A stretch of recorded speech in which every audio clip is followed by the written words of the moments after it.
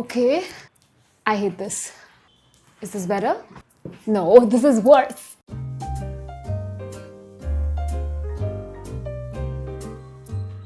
Hi everyone, my name is Tarini and welcome to my channel. If you're new here, that makes two of us because I have never made a YouTube video myself. Let's get comfy, let's get chill because today I'm going to be answering your burning creator questions. A few days ago, I posted a story on my Instagram, which by the way, you should totally follow me over there, asking what are some of you guys' questions about creators, the creator economy, all things internet and content creation, income, burnout, brand collabs, PR, growth, all that jazz. And I've made a list of your questions right over here and we're gonna go through them one by one.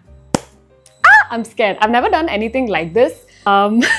Let's get started. How to start content creation, lots of mental blocks. This is like my most asked question. I'm going to keep it very simple. I'm going to take you guys through my own creator journey while I answer a lot of these questions so that you have some real life examples of how I got where I am today and what things you could apply and take note of. I consumed a lot of YouTube growing up. I've always been a YouTube baby, teenager, whatever you want to call it. And to this day, I consume more YouTube than I even watch Netflix or movies or all of that. So through and through, it became a love for me since when I was a kid. And a lot of the times I would notice of things such as transitions or like fonts and how this creator decided to make this the video thumbnail, why not that? Or they even changed the video thumbnail. So when you are more interested in something, you take more notice of it than most other people. And I just edit it around, see what all I can do, try out some fun effects, some transitions, filters, all of that fun stuff. In 2025, there is pretty much no barrier to entry to content creation. Most of you watching this have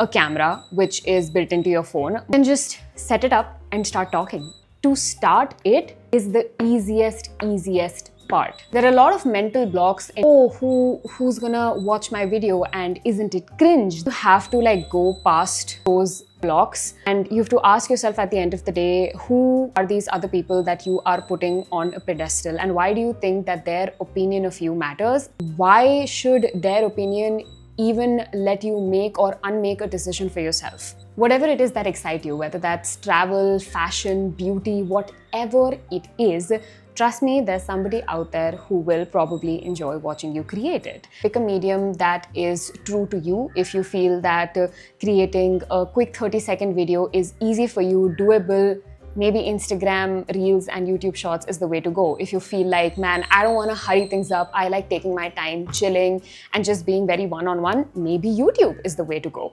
Honestly, if someone's making you uncomfortable to post, block them. I say this so often, this is my number one thing.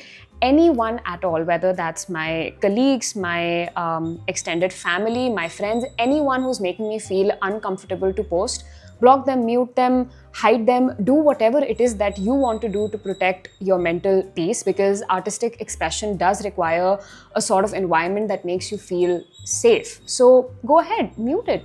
It's not that deep. I do it all the time. How do you decide what to make content about? I don't know what to post. I think there's two ways to go about this. You can make content about stuff that you like doing. Say if you're someone who really likes working out, maybe health and fitness is what you should concentrate on, what you eat in a day, what is your meal rotation like, your workout split, what's in your gym bag, what kind of activewear sets do you like, those sort of things. Second, make content about stuff that you like to watch. If you're someone who really likes consuming gaming content, stream yourself playing your favorite video game next time.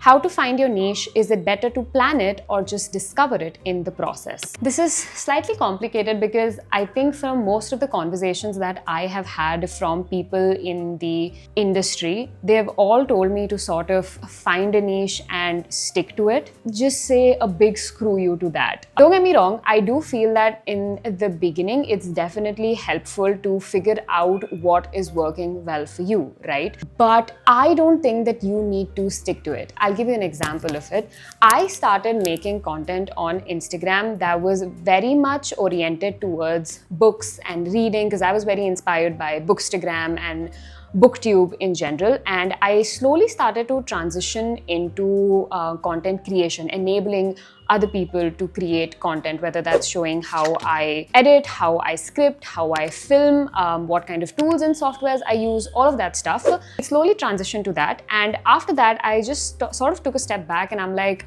you know what, I am a whole person. I have different facets to myself, and why should I not share that with everyone? If I just want to wake up one day and do a get ready with me video, I can. If one day I want to show you guys my workout, I'll do that. If one day I want to do like a TikTok dance, I'm gonna do that. So I think there's absolutely nothing wrong in discovering your niche.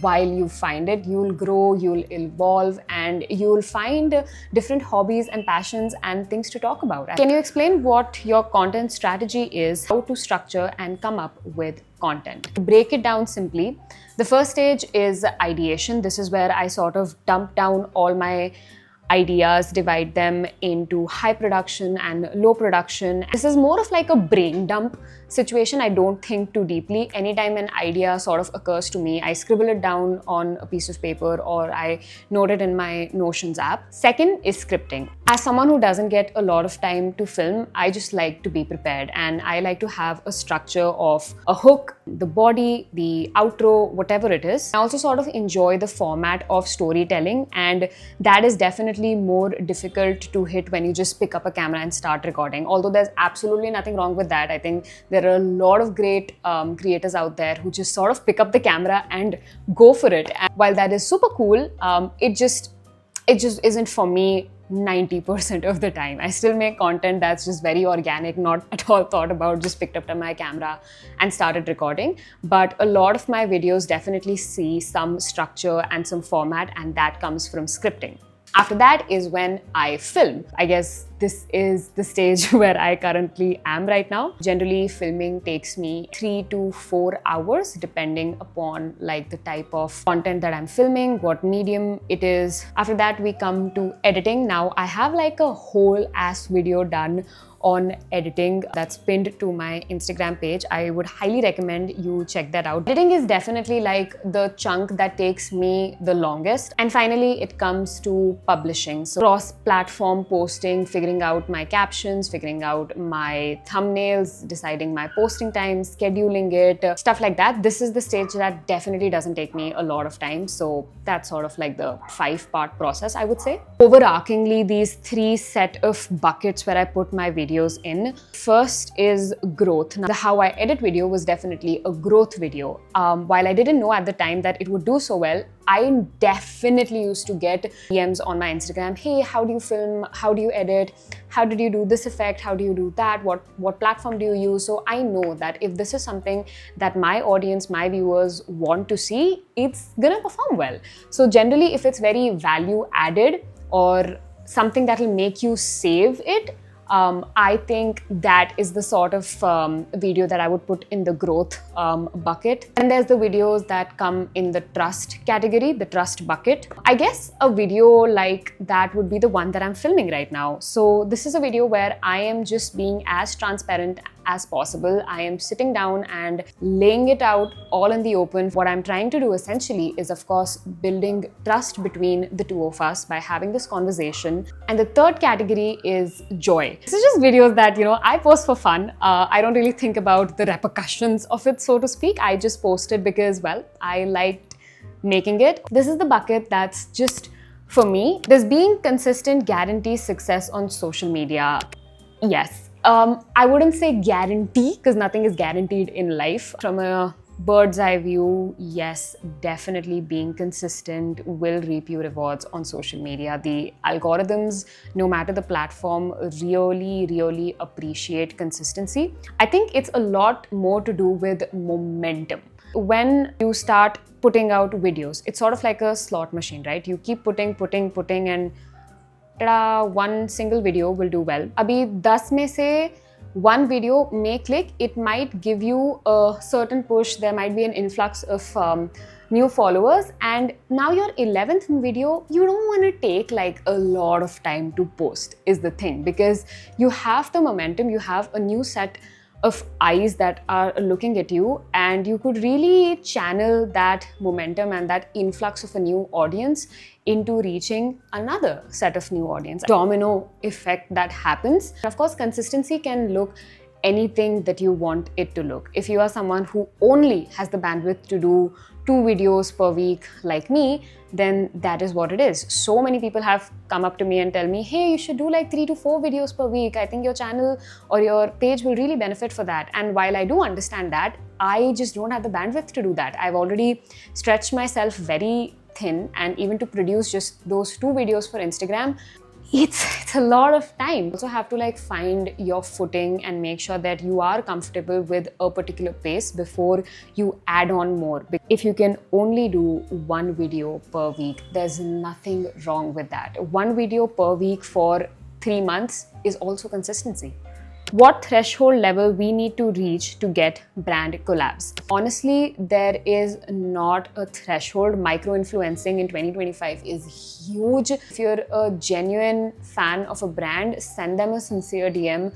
Let them know that you're out here, you're making quality content, and while you may not have a very big audience, the audience that you do have is highly engaged, and they actively see you using a product or the service, whatever it is. What helps is definitely like organically posting or tagging the brand while you're using it. So I've honestly like had people who are at less than 4,000 followers, 3,000 followers who are making videos with other brands. I think the key over here is to be making quality content. The number of followers doesn't matter as much. How much money does content creation get you? How and when do content creators start making money? This is the big one. Whew.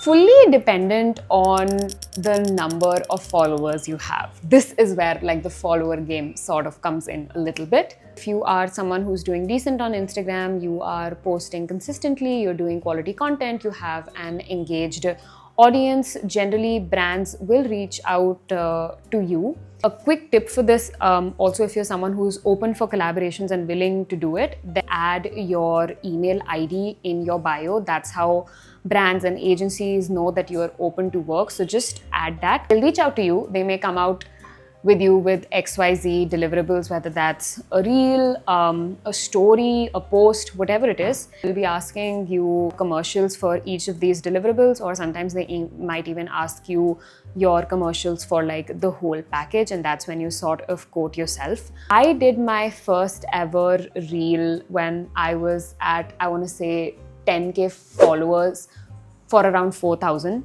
I definitely undercharged myself a little bit, but it's okay. It was a great learning experience for me. And what happens a lot of times is that you may quote the brand an X amount, and by the time everything gets locked in, because these things definitely take like a week or 2 weeks or so, your audience may have grown significantly and now the rates are not proportional. That happens, but it is what it is. You should definitely like keep that hindsight while quoting. Creators these days, I want to say, if they are someone under 100K followers, could charge anywhere between 50,000 to 1 lakh.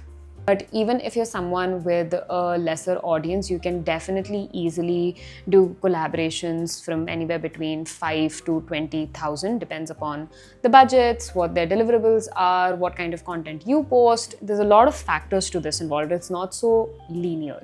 Does content creation pay enough without a 9 to 5 to support it? I wouldn't know.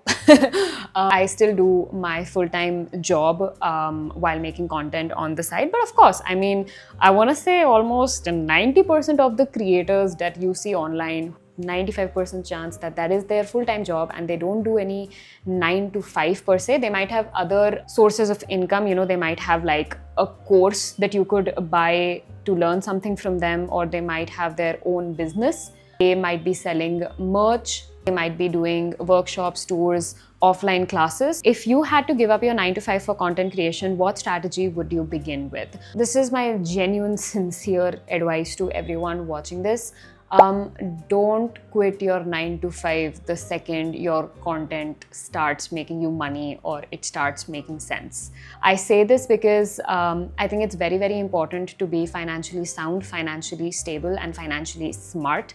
If you are someone who's really passionate about making videos, turning content into a full-time thing for you, please try to do it for at least 6 months to a year while having your other full-time job, because it'll just give you a very coherent sense of what this industry looks like. Because you might think that, oh, I made X amount of money, which is this much percentage higher than my regular salary in, say, January. But you will notice that by the time May hits, those numbers are not really the same. You might have thought that there'll be a month-on-month growth. And while that is likely, there are many times when creators definitely see dips, because content creation and brands, the way that they approach people or influencers for videos and collabs, it's definitely seasonal. Christmas does well, Diwali, Holi, so festivals, those are the times when content really picks up. And then there are some other times when, you know, campaigns are dull, not a lot of brands are actively investing. Do it steadily, do it slowly, check your finances, monitor them very closely, create an Excel, because when you're doing your 9 to 5 and also content and you're making some money, you technically have like 2 salaries in a way.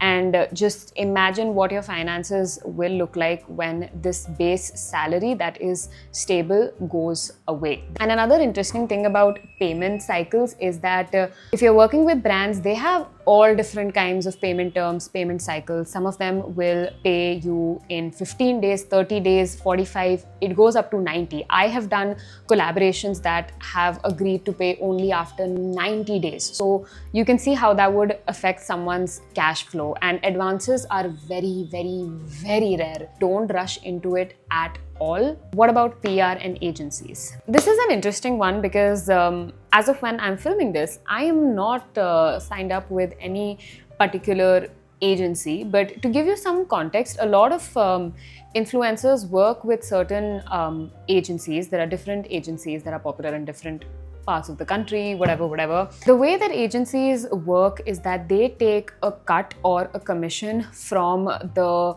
creator's brand deals. So a creator will become exclusive with an agency, which means that all branded collaborations for a creator, they happen through the agency. The thing with an agency is that they will definitely represent you well and try to get the best possible monetary deal for you, because they directly benefit from the money that you make.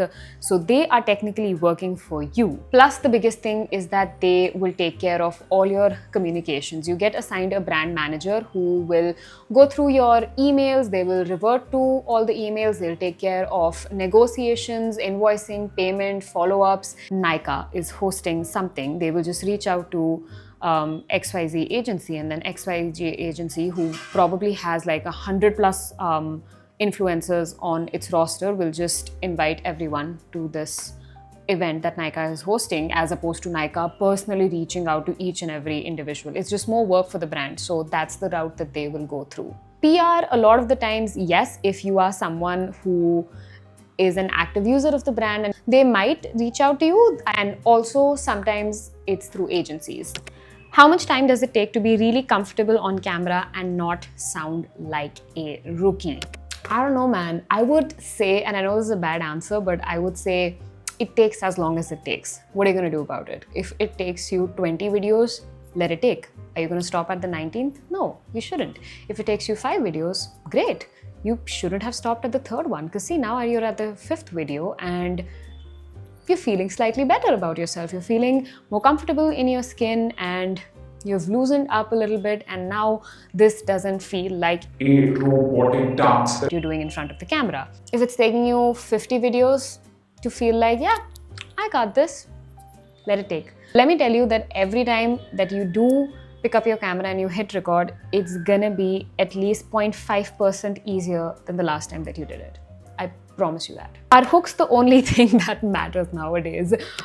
Yes and no. It's no secret that the internet has made a dent on all of our attention spans. If you have something under the first 3 seconds to stop the audience and reel them in, that is gonna help. It's just science. Honestly, at this point, it's human behavior, it's psychology. How to get over the anxiety that other people will judge your content. Just block them. I'm saying this again because it's not worth it.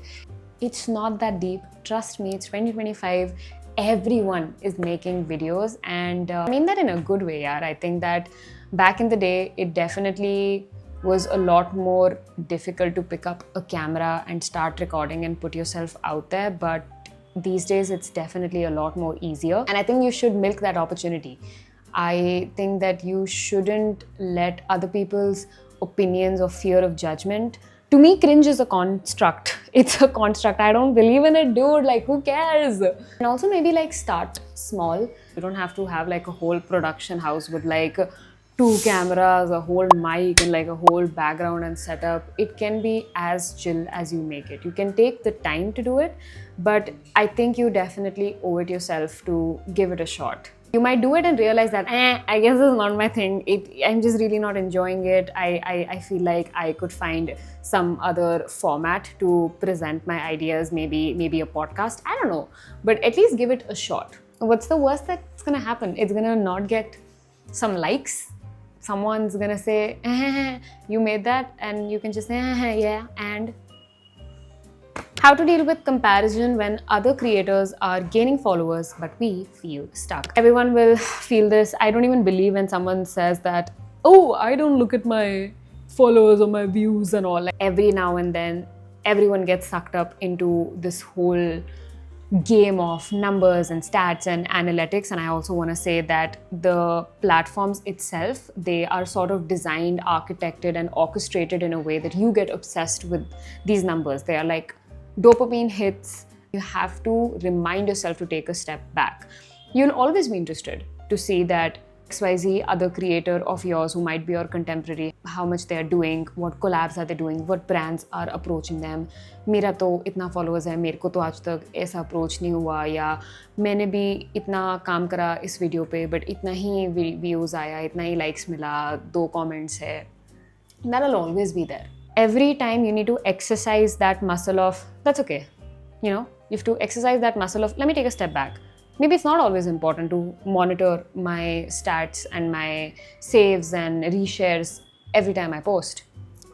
You know, that's also a muscle to exercise. Like anything at all, you need to exercise the muscle of not giving a shit.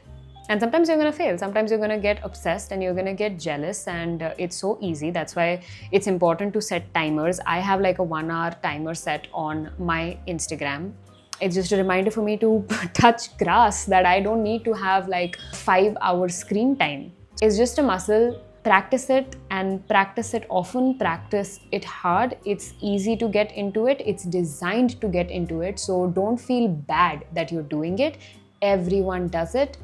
But remind yourself that you can take a step back from this. Lastly, is content creation a saturated space now? Should I start or not? I'm scared to start something new because more or less everything is done. And I'm going to keep this simple as I shut my laptop. Everything has been done. That's correct. Everything has been done. But nothing has been done by you through your eyes in your ways. These kind of videos have been done. You can find probably 100 videos answering questions that we talked about today. But you and I, we still sat through the end of this video. Everything's been done, but no one's done it your way. And with that, we come to the conclusive end of my first YouTube video. Oh my God, I can't believe I'm saying this because I told Prashik that I would love to be a YouTuber by the end of this year. And I just put so much pressure on myself that, oh, I need to do this, I need to start posting on YouTube regularly, I need to make my thumbnail and my banner and like all of that. And I just realized that, okay, I've set myself a goal. I need to be a YouTuber by the end of the year. What's the minimum threshold of that? What's the least I have to do to make that come true? make a YouTube video. I've made one YouTube video and I'm gonna go ahead and call myself a YouTuber. It's the same logic. Like, you don't have to run a marathon to call yourself a runner. You can go on a 3-kilometer run every Sunday and still call yourself a runner. I'm gonna try to be as active as life allows me to get over here. This is genuinely my true passion. Before Instagram, before Reels, before any trending audios and TikTok dances, it was YouTube and it was me. So I am gonna sort of go back to my roots, so to speak. I'm so used to like cutting my sentences short, making everything crisper, sharper, faster. And this is me taking my time without any hurry in the world. And I think it's important to slow down even in such a fast-paced space as content creation. Thank you so much for watching. I know I have rambled a lot. I do like to yap, I can't lie about that. I don't know why the accents come out, guys. I'm so sorry. But yeah, thank you so much for watching and I will see you next time around. Bye!